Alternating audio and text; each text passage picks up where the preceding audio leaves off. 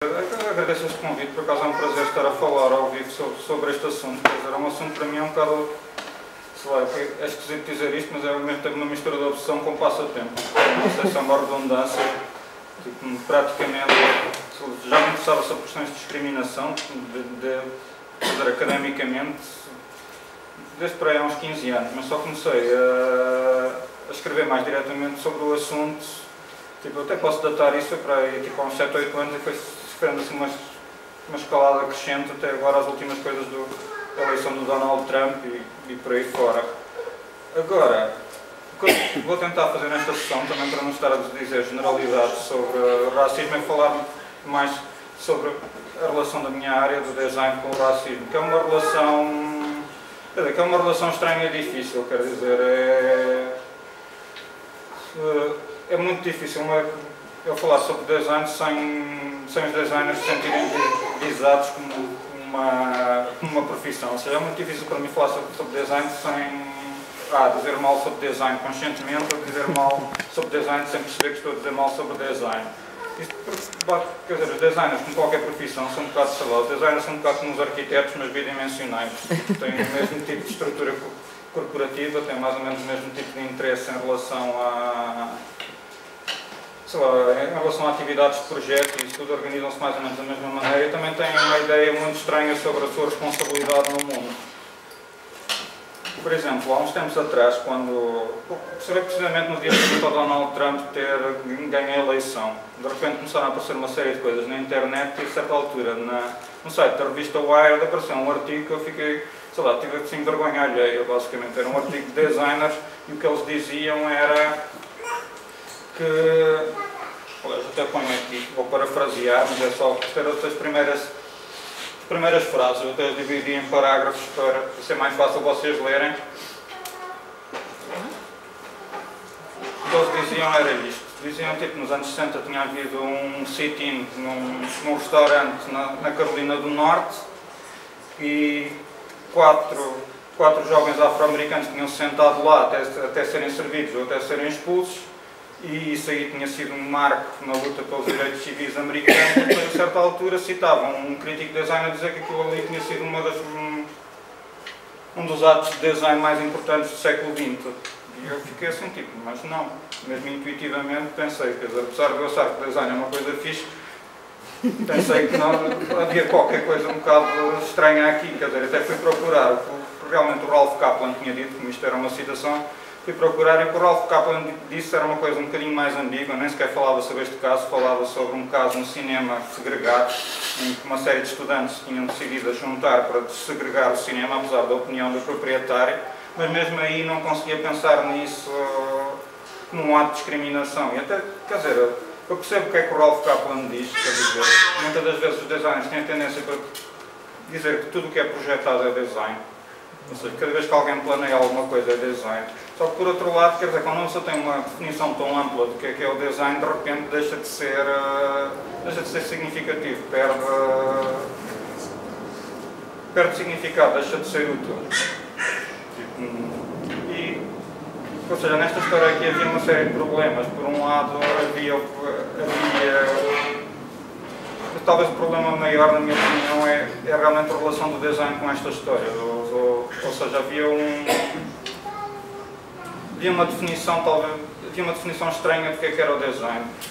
Eu já vou dar uma definição um bocadinho mais à frente do que é o design. Talvez uma história mais próxima do que é que pode ser a questão da discriminação em relação ao design apareceu neste livro aqui. Talvez isso explique um bocadinho melhor o que é que se pode fazer em termos de discriminação ou antidiscriminação. É uma história um bocado mirabolante, quer dizer, e é uma história real, mas apesar de tudo, ainda hoje em dia as pessoas tentam perceber se a história é real ou não, apesar de ser uma história contada, digamos, na primeira pessoa, apesar de se poder ir com réguas aos sítios e medir o que se passou e essa história toda, ainda hoje em dia as pessoas ficam a pensar que isto é de tal maneira escabroso que provavelmente não é verdade. Este livro aqui é do Power Broker, é uma biografia de um senhor chamado Robert Moses, não sei se já ouviram falar dele. O Robert Moses era um funcionário público da cidade de Nova Iorque e foi ele que basicamente definiu o que é Nova Iorque em termos urbanos nos dias de hoje. Ou seja, uma das coisas que ele fez muito foi fazer vias rápidas pelo meio da cidade, escavar uma série de pontes, estava para destruir uma série de coisas, tipo, tem para destruir Washington Square, que é tem um arco do triunfo, ele estava para passar uma via rápida por baixo do arco do triunfo, e houve assim uma série de lutas quanto a isso, ou seja, basicamente era um funcionário público não eleito, extremamente poderoso, era um burocrata, e uma das coisas que se sabia pela biografia dele é que, quer dizer, ele basicamente era racista, talvez não assumidamente, mas ele, por exemplo, fez uma coisa verdadeiramente notável, que foi perceber que estavam a haver uma série de vitórias dos direitos civis e basicamente o que ele tentou fazer foi construir uma cidade, embutir dentro da cidade de Nova Iorque uma série de discriminações. Por exemplo, ele tentou fazer com que as praias do Estado de Nova Iorque fossem praias segregadas, apesar de não haver uma lei a dizer isso. O que é que ele fez? O que ele fez foi uma coisa particularmente brilhante. Ele baixou as alturas dos viadutos por cima das vias de acesso às praias. Assim, basicamente, alguém com um carro particular podia passar à vontade, alguém com um caminhão ou um autocarro não podia passar. Como as populações mais pobres dependiam de transportes públicos, basicamente ele conseguia formar praias segregadas discretamente. Só se ficou a saber essa história porque um assistente dele, basicamente, como se costuma dizer, se chibou ao biógrafo. Escusado será dizer que até esta biografia muito pouca gente pensava no Robert Moses. E a biografia, pronto, basicamente destruiu a reputação dele e eliminou, quer dizer, e fez-lo sair, digamos, da esfera pública. Esta imagem aqui que eu tirei, que é uma imagem atual, foi de um senhor que foi tentar verificar os viadutos, tipo, se realmente eles eram mais baixos que o habitual. Quer dizer, e concluiu que os viadutos eram mais baixos que o habitual. E realmente, quer dizer, esta é talvez a história mais... É talvez o melhor exemplo que eu consigo trazer, assim, compacto, de coisas como design e arquitetura que podem realmente fazer por outros meios o que a política não pode fazer. Ou seja, nesta altura deixou de ser possível discriminar as pessoas abertamente, através, digamos, da lei, através de sinais, através de polícia, e começou-se a tentar discriminar pessoas através de coisas como infraestruturas. Outro exemplo típico, conhecido, quer dizer, conhecido com a década de 70, por exemplo, quando começam a aparecer as doutrinas neoliberais nos Estados Unidos, que nós hoje em dia chamamos de doutrinas neoliberais, foi uma tentativa de começar a tentar fazer através da economia o que não era possível fazer através da política abertamente. Ou seja, a economia torna-se, sei lá, como dizia o Clausewitz, que a guerra é a política por outros meios, a economia também se torna, digamos, a política por outros meios. Assim, sei lá, um exemplo, por exemplo, era o Paul Krugman, que dava esse tipo de exemplo, por exemplo, a privatização de serviços públicos e hospitais, por exemplo, também permitia fazer o que o Robert Moses fez com as pontes, ou seja, encaminhar pessoas pobres para um hospital, assumindo que as pessoas pobres tinham uma determinada cor, e encaminhar as outras para outro tipo de serviços. Portanto, basicamente conseguia-se dizer, ter um certo tipo de discriminação. Sim, hoje em dia discute-se muito chamado racismo sistémico, quer dizer, e eu, por esta apresentação, acredito que ele existe, quer dizer, e não é uma coisa inconsciente, muitas vezes as pessoas pensam que é uma coisa emergente, nasce, digamos, das circunstâncias, mas pelo caso de Robert Moses percebe-se que há pessoas a julgarem isso, há pessoas a jogarem isso estrategicamente e de uma maneira calculada. Agora perdi um bocadinho, mas o que eu queria dizer com isto tudo é que é difícil, como é que se diz, já houve uma altura em que era bastante fácil identificar uma pessoa racista. Basicamente as pessoas identificavam-se como sendo racistas. Ser um racista, tipo, por volta de 1900 era uma categoria tão normal como outra coisa qualquer. A partir da Segunda Grande Guerra começou a tornar-se bastante difícil, por uma série de razões. Em primeiro lugar, por causa dos nazis, em segundo lugar, por causa das lutas de direitos cívicos americanas. Hoje em dia, muito pouca gente se identifica assim, o que não significa que não exista. Pronto. Assim, é particularmente difícil, neste momento, para uma pessoa descobrir coisas racistas, é preciso, digamos, uma atenção, digamos, naturalista, ou uma intuição de estatístico, basicamente. Aliás, uma das coisas que, sei lá, ainda me surpreende sempre um bocadinho, quando eu vejo, por exemplo, é bastante comum. eu estou aqui num evento do SOS Racismo, é bastante comum acusar-se o SOS Racismo de racismo. Tipo, no Facebook é uma coisa quase diária. Tipo, e, ou seja, quando uma pessoa começa a tentar, sei lá, essa é uma discussão recorrente que eu costumo ter.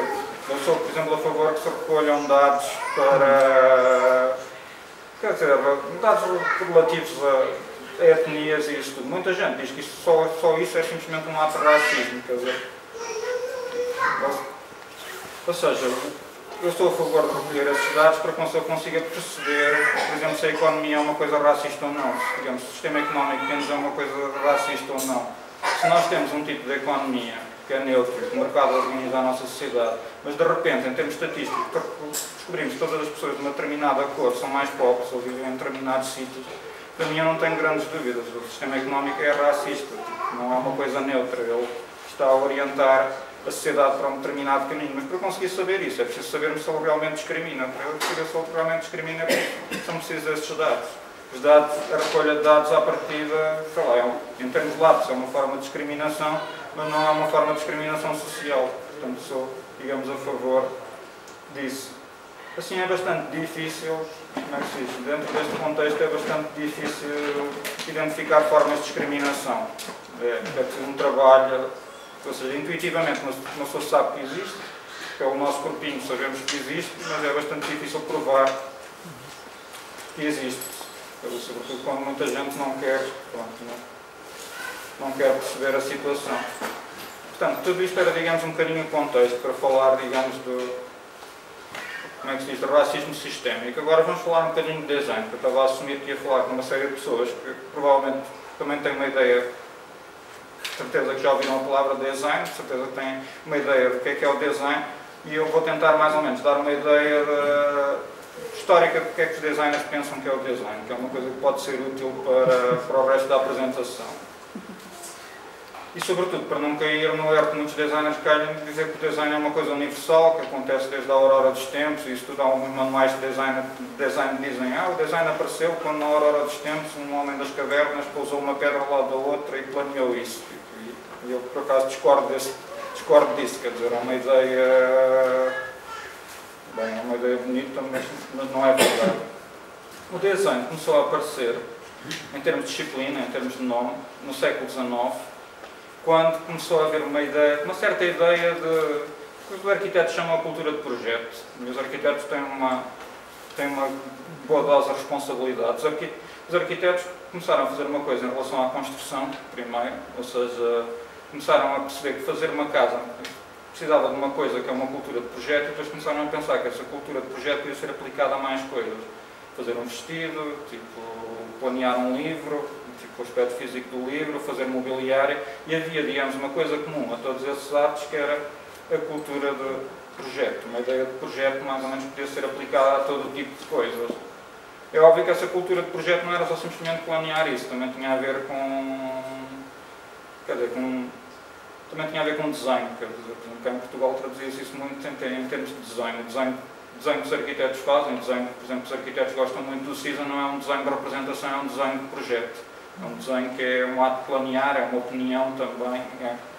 E tudo isso, quer dizer, eu estou a dar assim uma definição propositadamente vaga, mas o mais específica possível. Tudo isso fazia, digamos, a cultura de projeto. A cultura de projeto tinha, digamos, as suas utilidades, ou seja, era como um espírito, basicamente, que é criado, um espírito assim no sentido mais Harry Potter do termo, um demónio que é criado, mas depois tem que habitar uma coisa física.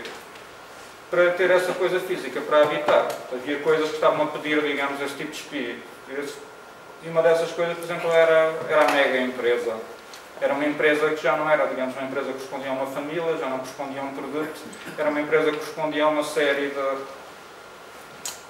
produtos, serviços. Por exemplo, a primeira identidade gráfica feita assim para grandes empresas foi a identidade da AEG. A AEG era uma empresa de distribuição de eletricidade e produtos relacionados com eletricidade, sei lá, torradeiras, aquecedores e essa história toda. Comprou uma série de patentes do Thomas Edison e fez uma das empresas mais ricas da Alemanha da altura. E o diretor dessa empresa achou que devia haver uma identidade comum àquilo, mesmo para tornar aquilo perceptível ao público, porque aquilo já não era uma empresa pequena, era uma empresa do tamanho de um país. E em breve haveria empresas ainda maiores do que isso. E aí, digamos, nesse novo ser habitou, digamos, o espírito do design. E por aqui pode-se ver, tem aqui o logotipo que é feito pelo Peter Berendt, havia pavilhões de exposição que se adequavam a isso, havia cartazes, calendários, candeeiros, tipo armazéns, tudo construído pela mesma pessoa, pela mesma ideia, chaleiras e essa história toda. São chaleiras elétricas que podem ver que o motivo hexagonal também se repete na chaleira elétrica, tudo isto também. E era uma coisa que, sei lá, isto é apenas uma pequena parte do que isto faria. E em breve começariam a haver empresas multinacionais que até eram maiores que as maiores unidades assim de organização que havia na altura, coisas que eram maiores, sei lá, como o Império. E o design começou a dar corpo a isso. Pronto, isto aqui é a definição do design. Agora, há uns tempos atrás eu comecei a tentar perceber como é que se relacionava o design com o racismo. Um dos problemas que eu comecei a ver é que na maioria dos casos o design do racismo era visto como um tema. Ou seja, o design era uma coisa que não mudava, sei lá, era como aquela chaleira, basicamente, e dentro da chaleira podia-se pôr, sei lá, sumo de laranja, não vejo porquê, chá, mas pronto, são exemplos de líquidos diferentes, água, qualquer coisa assim, mas a chaleira em si não mudava. E o design relacionava-se com essas coisas, era uma metodologia base e podia ser aplicado aos mais variados temas. Se não só queria fazer design para ativistas políticos, era design feito para ativistas políticos, mas era o mesmo design. Se não só queria fazer design para, sei lá, para um ditador, continuava a ser design, pronto. E a minha dúvida é se era possível, dentro do design, conseguir descobrir realmente coisas um bocado mais estranhas relacionadas com isso. Quer dizer, eu tinha a intuição que isso acontecia, mas não era o único. Por exemplo, uma das coisas que incomodava alguns teóricos americanos do design é, por exemplo, nas histórias de design gráfico que são dadas aos alunos nos livros, é muito raro aparecerem coisas como, por exemplo, a suástica nazi.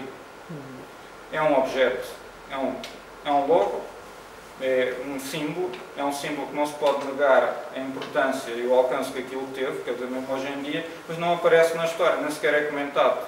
Um aluno de design não sabe quem é que inventou aquilo, não sabe os mecanismos de onde aquilo veio, e esses teóricos americanos, por exemplo, o que eles diziam é que parecia assim uma coisa um bocado esquisita. Porque é que o design é só uma história porque é que a história do design é só a história das coisas fixes? Porque é que só aparecem, digamos, os praticantes bons que faziam coisas boas e isso tudo? Será que o design não pode ser aplicado para o mal? E será que é o mesmo tipo de design? E realmente eles perguntavam, tipo, porque é que se vai silenciar esse tipo de coisas? Por exemplo, cá em Portugal, fazendo assim um exemplo, a prática do design em moldes atuais, não com esse nome, porque na altura não estava na moda dizer palavras inglesas, aconteceu durante o Estado Novo, com António Ferro, e também é uma coisa muito pouco comentada. E, quer dizer, isso acontece mesmo em relação ao próprio modernismo, quer dizer, começou-se a reescrever um bocado a história do modernismo para dizer que o modernismo era uma coisa positiva e boa. Mas, por exemplo, cá em Portugal, quer dizer, nós falamos do Estado Novo como a velha senhora e como uma coisa atávica e isso tudo. Eu acho que era uma coisa maligna, mas não era uma coisa inteiramente conservadora. O próprio facto de se chamar Estado Novo, por exemplo, dava a entender uma coisa de novidade e de modernidade. Ou seja, não era perigoso por ser velho, só por ser velho.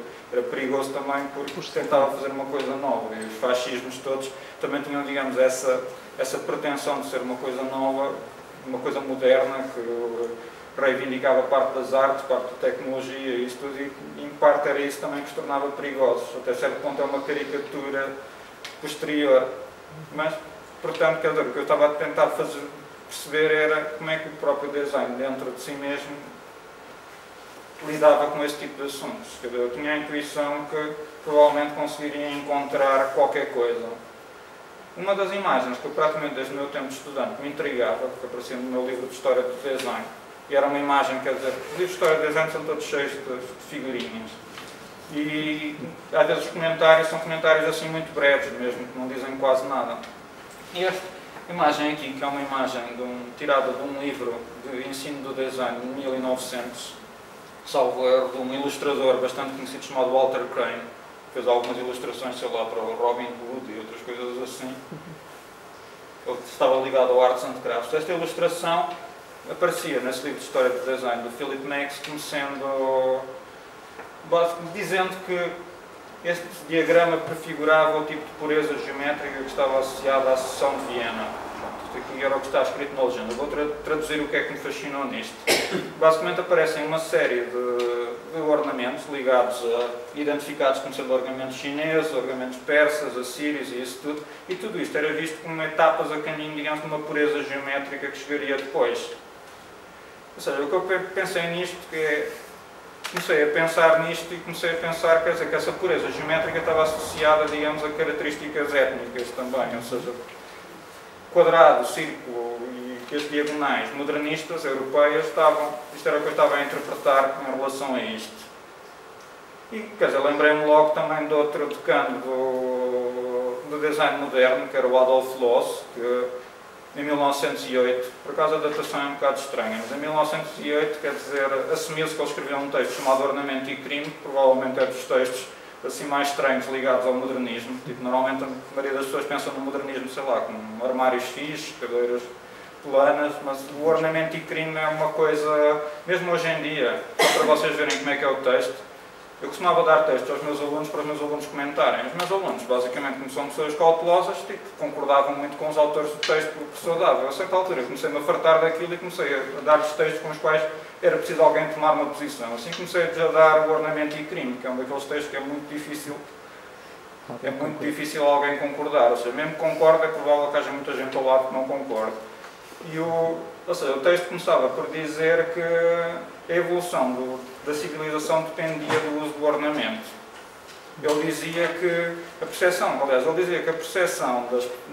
das civilizações era comparável à percepção de uma criança. Um Papua da Nova Guiné vê, por exemplo, como uma criança de 2 anos. E por aí adiante até chegar ao europeu, pronto, já havia como uma pessoa crescida ou qualquer coisa assim. O problema dele é que achava que os europeus basicamente ainda se comportavam como selvagens no sentido que usavam ornamentos. Tipo, isso basicamente era tipo, isso nem sequer era das coisas assim, nem sequer era das coisas mais ofensivas que o texto dizia. Por exemplo, ele achava que uma pessoa tatuada, tipo um homem europeu que estivesse tatuado, era um criminoso. Ele dizia, tipo, um homem tatuado que morra fora da prisão é porque morreu tipo, de causas naturais antes de ter tido tempo cometer o seu crime. Isso era só as 2 primeiras páginas, depois daí para a frente era tudo a aviar. Portanto, eu basicamente pensei, quando ele falou da seção de Viena e essa história toda, quando o Max, o autor do livro de História de Design, falou da seção de Viena, pensou, pronto, este diagrama é uma espécie de símbolo gráfico do que o Adolf Loos estava a dizer. Mas mesmo assim, passei uns anos com isto assim a andar pela cabeça, assim a pensar, pronto, se calhar isto não é verdade, mais vale ir até ao texto, ir até ao livro original para perceber o que é que o Walter Crane queria realmente dizer. E na verdade, acabei por ir, lá fui ver o livro Line and Form do Walter Crane e fui tentar perceber o que é que o Walter Crane dizia. O que o Walter Crane dizia era uma coisa um bocadinho diferente do que o Max dizia. Ele estava a falar não em termos de evolução em relação a uma pureza geométrica, mas ele estava a falar de uma evolução em direção ao design, que é uma coisa um bocadinho distinta. Ele dizia que todos estes ornamentos podem ser decompostos em partes geométricas, ou seja, o que ele estava a dizer é que todos os ornamentos que vinham das diferentes partes do mundo podiam ser racionalizados através de geometria. E ele até tinha uma perspectiva, digamos assim, crítica em relação a esta circulação, ou seja, a circulação que está aqui implícita. Ele era inglês, ele vivia dentro do maior império que o mundo tinha visto até à altura, e ele tinha consciência que parte da circulação desse império tinha a ver também com o design. Ele dizia que os ingleses recolhiam ornamentos em toda a parte do mundo. Esses ornamentos às vezes nem eram o que no inglês chamavam ornamento, eram coisas rituais, eram coisas que eram feitas por um processo que não tinha nada a ver com o design, eram feitas através da religião, eram feitas através de coisas políticas, de coisas sociais, e os ingleses transformavam isso em ornamento e racionalizavam esse ornamento, misturavam esse ornamento com outros, faziam produtos e depois vendiam-nos de volta às pessoas a quem eles os tinham tirado. E para o Walter Crane isso também era, digamos, uma coisa mais ou menos problemática, ou seja, ele fazia isso e ele teorizava sobre o design nesse sentido, como design como uma racionalização do ornamento. mas para ele a coisa era mais ou menos problemática e ele tendia a ver as coisas de uma maneira mais ou menos plana. O Crane era, como é que se diz, ele era mais ou menos anarquista, teve problemas nos Estados Unidos por causa disso, porque defendeu uns anarquistas que tinham feito um atentado, mas apesar de tudo, quer dizer, quando andava atrás deste livro, fui dar com outro livro dele, que depois até o mandei vir, que é o The Basis of Design, que é anterior, é de 1898. Ele escreveu isto quando ele foi para o Royal College of Art e tornou-se diretor daquilo. Ele tinha sido diretor do departamento de design da Manchester Municipal School of Art, salvo erro, e ele fez este livro baseado numa série de conferências, na prática baseado nas aulas que ele dava, e era as bases do design. A capa é alegórica, foi desenhada por ele. Tem ali uma senhora com uma árvore e depois em baixo estão as raízes do design. E dentro das raízes do design, foi isso que me mandou vir, fez mandar vir o livro, está a raiz racial do design. Fiquei curioso para perceber o que é que ele queria dizer com isto, com a raiz racial do design. Todas as raízes, quer dizer, tirando essa aí, até parecem mais ou menos óbvias. Tipo, até ponho aqui, ele coloca-as mais ou menos por ordem. O livro, por acaso, o livro é bastante bem escrito e bastante bem encadeado. Tudo isto são coisas autocontidas, mas cada capítulo encadeia no seguinte. Ele começa pela base arquitetónica do design, ou seja, que a ideia de projeto e isso tudo era uma coisa visível, depois passa para a utilidade, no fundo é a função e influência, os materiais, as condições, os condicionantes do design, a influência climática, depois vai para a influência racial, a influência simbólica, a influência gráfica, individual e coletiva. Isto por acaso é interessante, cada capítulo começa com um exemplo que é desenvolvido do anterior. Quando ele fala da influência racial do design, quer dizer, isso aí acho que ilustra bastante bem o que é que as pessoas pensavam na altura. Para eles a questão racial era uma mistura, digamos, uma coisa biológica com cultural, ou seja, é uma coisa que anda mais ou menos a meio caminho entre as duas. A ideia do Crane é mais cultural do que propriamente biológica, ou seja, ele acreditava que havia realmente padrões inerentemente culturais para determinadas culturas e etnias, ou seja, tipo, o ornamento chinês era uma coisa que estava embutido, digamos, na cultura e na etnia chinesa, por exemplo, ele dá esse exemplo. E era uma coisa, quer dizer, era uma coisa entranhada, inconsciente, e essa história toda. Ou seja, a partir da, sei lá, não há outra maneira de dizer isto, basicamente era uma visão racista do ornamento, organizada, digamos, por raças. Curiosamente, o capítulo seguinte é o capítulo, como vocês podem ver, o capítulo simbólico. O que é que ele quer dizer com o capítulo simbólico?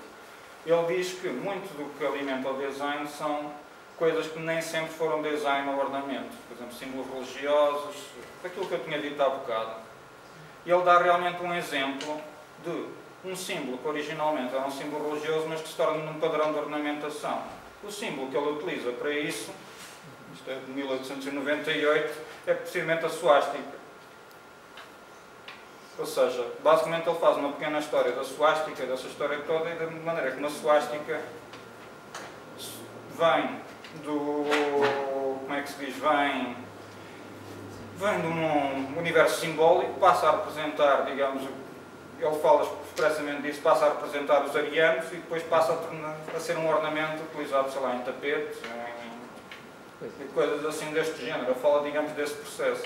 Quer dizer, e esta passagem, digamos, estes dois capítulos demonstram, digamos, quer dizer, dentro do discurso do design gráfico, não falo só do discurso teórico, mas também dentro do discurso disciplinar, propriamente dito, dentro dos símbolos e disso tudo, racionalizou-se isto. Note-se que racionalizou-se isto tipo uns 20 e tal anos antes de, por exemplo, isto ter sido aplicado pelos nazis, ou seja, era uma coisa perfeitamente feita dentro do próprio design gráfico. Já não se, enfim, já me estou a adiantar assim um bocadito, mas o que é um fato é que havia um discurso sobre isto, havia um discurso que fazia equivaler raça a um conjunto de padrões e de designs.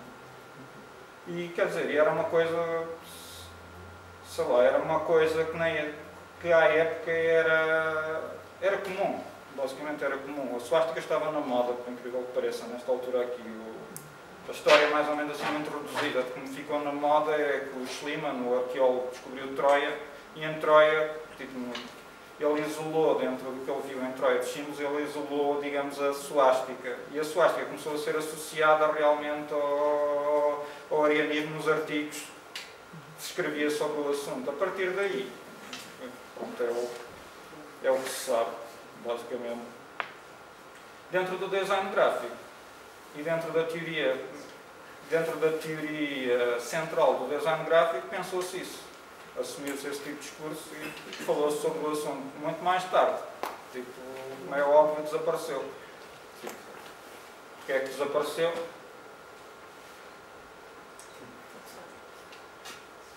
É uma das razões. Tipo, vocês provavelmente conhecem este logotipo na sua versão atual.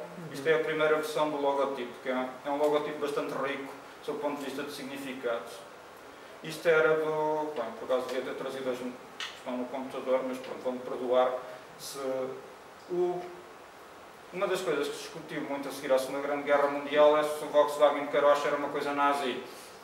Tipo, é daquelas coisas que ainda se discute. Foi inventado pelos nazis e essa história toda. Só do ponto de vista do projeto, propriamente dito do carro, é difícil dizer, é uma questão. Sob o ponto de vista do design gráfico da coisa, é nitidamente um gato escondido com o rabo de fora, porque isto é o primeiro logotipo da coisa. Mas eu ainda pode dizer, pronto, eles metiam suásticas em todo o lado, não sei o quê, não sei o que mais, mas tipo, o Volkswagen, aliás, o Volkswagen, se vocês utilizam a palavra Volkswagen, provavelmente vocês sabem a tradução disso. É a viatura do povo. Mas, por exemplo, se vocês estiverem a falar do tipo de partido, que era o partido nazi, tipo, visto de uma certa maneira, vocês dizem que é um Volkisch, é um partido Volkisch. Que não é, provavelmente é um partido que gosta, pronto, de carochas. Mas não é exatamente isso. É, basicamente, a ideia de povo que eles tinham era um bocadinho diferente da que as pessoas tinham nos anos 60, enquanto o povo nos anos 60 era o que jamais será vencido. E essa história toda, o povo entre os alemães era tipo o povo alemão. Era uma, como é que se diz? Era, como eles diziam, era uma coisa orientada para sangue e terra, pronto. E o Volkswagen era a viatura do povo nesse sentido. Obviamente pode acumular outros sentidos a posteriori. E ele é criado, digamos, pela viatura do povo. Aliás, só para destrinçar um bocadinho este símbolo é uma versão do símbolo do KDF, que era assim uma espécie de Inatel nazi. Tipo, o que é que eles faziam? Organizavam férias, tempos livres e essa história toda e, estranhamente, ao contrário do Inatel, resolveram fazer um carro. E tipo, o símbolo do KDF era mais ou menos parecido com este, com a diferença que tinha tipo uma suástica, conforme vocês podem adivinhar, em vez do V e do W. Também um símbolozinho que está à volta, tipo, aquela coisa parece uma suástica com 4 ramos, é um símbolo islandês para vitória na guerra, basicamente. E é específico, digamos, deste logotipo do KDF, deste logotipo da Volkswagen. O do KDF era uma coisa que parecia mais uma coisa flamejante, que também fazia, digamos, este feitio. Mas basicamente é uma versão. O KDF era uma subdivisão do sindicato único nazi, basicamente. Que era eu não consigo lembrar do nome em alemão, basicamente era a União dos Trabalhadores. O símbolo da União dos Trabalhadores era uma suástica dentro de uma roda dentada, ou seja, basicamente este símbolo dá, digamos, a filiação daquilo em termos hierárquicos, ou seja, basicamente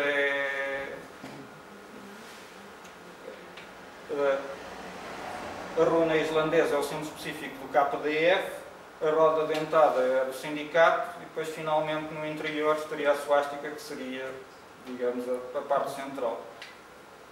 A seguir à Segunda Grande Guerra Mundial houve uma série de problemas com a questão de como integrar a Volkswagen, como recuperar a Volkswagen, basicamente. Tipo, ninguém queria comprar aquilo, e acabou-se por fazer, sei lá, os ingleses, por acaso penso que foi os ingleses, daquelas coisas ainda não conseguia curar muito bem, resolveram desnazificar o logotipo e isso tudo. Uma das coisas que fizeram foi tirar a roda dentada, foi tirarem aquilo já tinha sido tirado entretanto, isto foi só mesmo a primeira versão de 1939, tirou-se aquilo que fazia lembrar uma ventoinha, basicamente eles decidiram tipo, eliminar a outra parte, puseram em negativo, porque também se vocês olharem para este tipo de linguagem, por acaso devia ter feito isso, vocês reparam a gramática gráfica disto é feita para se articular, por exemplo, com a suástica, em termos de espessuras, em termos de articulação, basicamente se vocês olharem para aquilo, combina bem com isso. Assim que eles fizeram foi pôr em negativo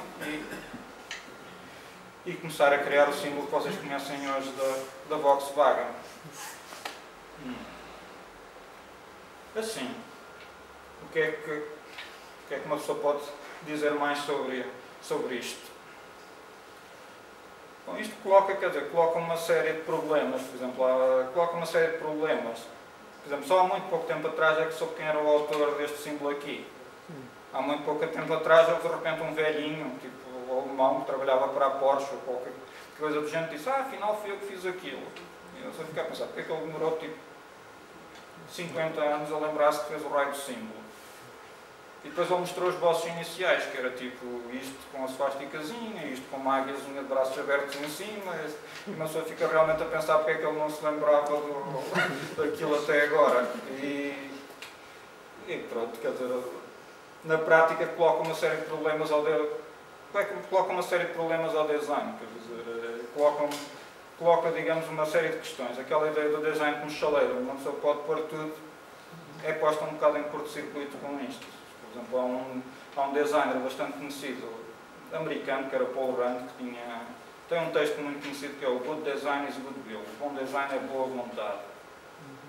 Mas isso coloca, digamos, uma série de coisas. O que é que ele está a querer dizer exatamente com bom design? Uma pessoa não se pode queixar que a identidade do Partido Nazi é uma coisa pouco eficaz. Ou não se pode dizer que não funcionou, porque funcionou como uma bomba atómica, funcionou como... Mas não é boa vontade. Aliás, o que um símbolo destes põe em causa é um bocado, sei lá, a ideia da universalidade do design. Ou seja, a metodologia do design diz, há uma metodologia universal que pode ser aplicada a todo tipo de problemas e resolve-os. Às vezes as coisas correm mal, mas a metodologia em si é universal. O que é que isso diz? É que realmente há símbolos que uma pessoa não pode ver de uma maneira neutra. E põe em causa realmente essa ideia de universalidade. Quer dizer, a partir do momento em que põe em causa essa ideia de universalidade, quer dizer, mais coisas podem começar a ser postas em causa. Por acaso, isto está fora do sítio.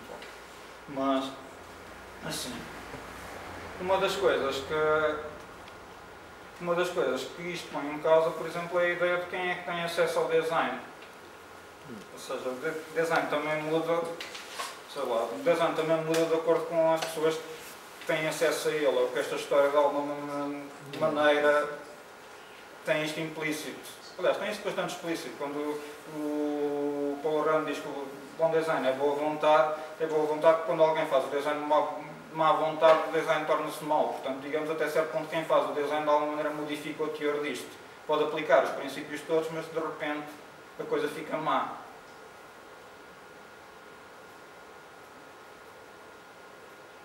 E o que é que uma pessoa pode ainda concluir mais sobre este tipo de questões? Sei lá, uma pessoa pode concluir mais a partir deste tipo de questões, que é o acesso das pessoas ao design enquanto produtor, não é enquanto consumidor, se bem que isto também se pode ter causa, é condicionado, quer dizer, uma pessoa pode também tentar perceber se realmente a coisa é tão universal quanto isso. Sei lá, por exemplo, o próprio Paul Rand, nesse texto chamado Good Design is Goodwill, ele dizia que o design só começará a ser levado a sério na medida em que, por exemplo, for um design que for associado com coisas menos efeminadas. O que pode significar uma montanha de coisas. Mas ele esclarece a seguir. Porque muita gente pensa que o design é uma coisa associada a coisas domésticas. É útil se começa a conseguir pensar no design como uma coisa feita por profissionais, por homens, por não sei o quê. Bem, E aí vocês já começam a pensar, digamos, nessa questão mais uma vez na questão de género, que eu tinha prometido que falava de qualquer coisa de género, pronto, agora estou a tentar cumprir a minha promessa, mas realmente as duas coisas penso que estão ligadas, ou seja, seria igualmente útil, ou melhor, seria igualmente possível também constatar uma coisa bastante óbvia se uma pessoa for ver uma história do design também, praticamente todos os designers presentes são europeus do norte ou americanos, quer dizer, já a partir disso já dá a entender que a universalidade é um bocado enviesada. Agora, a questão das mulheres no design ainda é uma questão mais e menos óbvia.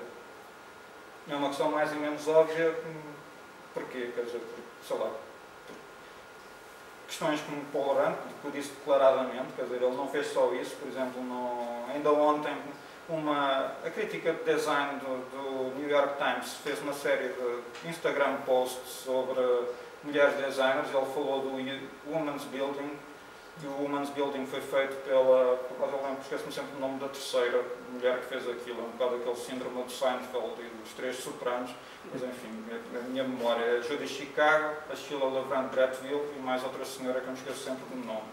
E a Sheila LeBrun-Bretteville, que participou na criação do Women's Building, que foi um grande marco, digamos, da arte feminista, da arquitetura feminista, do design e ensino das artes.